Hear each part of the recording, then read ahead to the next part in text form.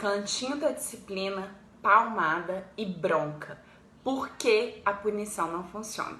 Eu sou Poliana, sou mestranda em análise do comportamento e neurodesenvolvimento pelo UFMG e quero falar um pouquinho com você sobre isso. A gente tem visto uma discussão robusta sendo capitaneada, iniciada e impulsionada principalmente por mães sobre a punição na educação das crianças. Isso é relevante porque é a única relação em que a gente usa punição de forma direta, constante e às vezes até física para ensinar comportamento. A gente não bate nos nossos pais, não é aceitável bater nos pais, é crime inclusive. A gente não pode bater nem nos nossos animais, embora eles sejam importantes, filho, criança pequena deveria ter uma relevância muito maior. Mas nas crianças é aceitável, inclusive normalizado pela nossa sociedade.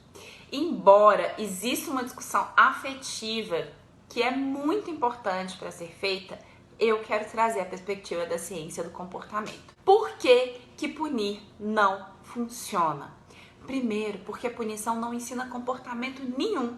Quando eu bato numa criança para ela deixar de fazer alguma coisa, para ela deixar de gritar ou de chorar, eu não estou ensinando nada, gente. Eu estou simplesmente impedindo um determinado comportamento de surgir. Só que isso que eu estou fazendo, que é impedir um comportamento de surgir, é inútil, porque esse comportamento ele só vai deixar de surgir naquele momento que eu estou usando a força ou uma ameaça, né, de coerção, de colocar no cantinho, para que aquele comportamento pare. Por quê? Porque eu não estou ensinando nada para essa criança. Eu ensinei para a criança o que fazer, eu não ensinei para a criança o que fazer então diante daquele contexto em que ela está usando o choro como meio de comunicação. Por isso, quando a punição não estiver mais presente, ela vai voltar a usar o choro. Vou te dar o seu exemplo. O que que você faz quando você está acima da velocidade e a punição do radar de trânsito aparece? Você freia, você diminui a sua velocidade, mas só ali onde tem o radar. Passou o radar, você aumenta a sua velocidade de novo. Mas se alguém te ensina e te mostra e comprova para você que é importante que a velocidade naquele trecho seja reduzida, porque é um local mais inseguro, porque tem, sei lá, óleo na pista, aí sim você vai mudar a sua conduta. Do mesmo jeito funciona para as crianças. O segundo motivo é que punição elicia respostas emocionais, como raiva, culpa e a vontade da criança de se vingar da gente, se vingar do agente punidor.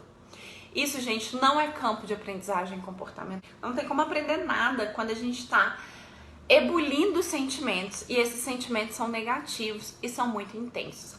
Significa dizer que a possibilidade dessa criança aprender a se comportar de outra forma no futuro é muito reduzida.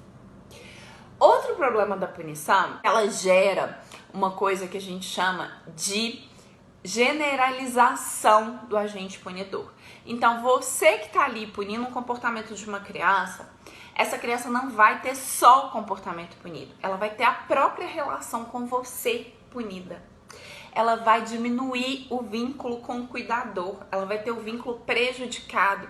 Isso interfere em todo o processo de regulação emocional dessa criança que está se formando, da capacidade dela de manter controle de ansiedade, de não se sentir desvalorizada. Isso vai afetar a vida adulta dela, dependendo do grau dessa punição, né? Vai impedir com que ela construa relações saudáveis na vida adulta, ou que ela tenha uma predisposição a ser uma criança mais ansiosa, com compulsividade alimentar, com histórico de vícios em álcool, drogas, cigarros.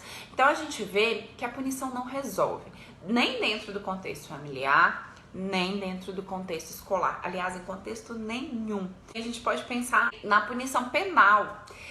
75% dos presos no Brasil, até 75%, reincidem em 5 anos. Isso mostra pra gente a incapacidade de um sistema que é feito com base na punição de mudar comportamento, né? Isso mostra pra gente da necessidade de ensinar comportamento substitutivo através do diálogo, do exemplo, do reforçamento, então de valorizar as ações da sua criança, de valorizar as tentativas da sua criança, de valorizar a afetividade entre você e sua criança. Skinner e Sidman são grandes teóricos da análise do comportamento e já fizeram diversos estudos e todos os resultados são consistentes em demonstrar que assim que a gente para de punir, o comportamento volta. Então a punição não é o melhor caminho, de fato, para mudar e para transformar e para educar uma criança. É um caminho que a gente se utiliza muito como sociedade, a nossa escola é punitiva. A gente nunca elogia um aluno, mas quando ele faz uma coisa errada, a gente pontua que aquilo está errado. Né? A gente nunca reforça o bom trabalho dele, mas quando ele escorrega, nós apontamos o dedo. E esse vídeo, ele quer fazer você pensar nisso e quem sabe começar a procurar outros caminhos. Eu espero ter contribuído, tô deixando as referências científicas aqui para quem quiser pesquisar e até mais.